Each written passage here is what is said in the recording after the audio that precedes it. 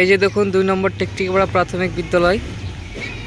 এখন টাইম হয়েছে প্রায় 11টা। অনেক স্টুডেন্ট আসছে এবং তারা স্কুল বন্ধ মনে করে ঘুরে চলে যাচ্ছে। কোনো মাস্টারমশাইয়ের কোনো পাত্তা নেই। এরকম করে চললে আমাদের ভবিষ্যৎ নষ্ট হয়ে যাচ্ছে। এই ছেলেপুলে আসছে, খেলাধুলা করছে এবং চলে যাচ্ছে। কেউ কেউ 12টা 1টার দিকে আসছে। ওই যে দেখতে পাচ্ছেন কয়েকটা স্টুডেন্টস মাত্র, অনেকে এসেছিল, ওরা স্কুল বন্ধ মনে করে চলে যাচ্ছে, কিন্তু বন্ধ না, গেট তো খোলা আছে। গেট খোলা আছে।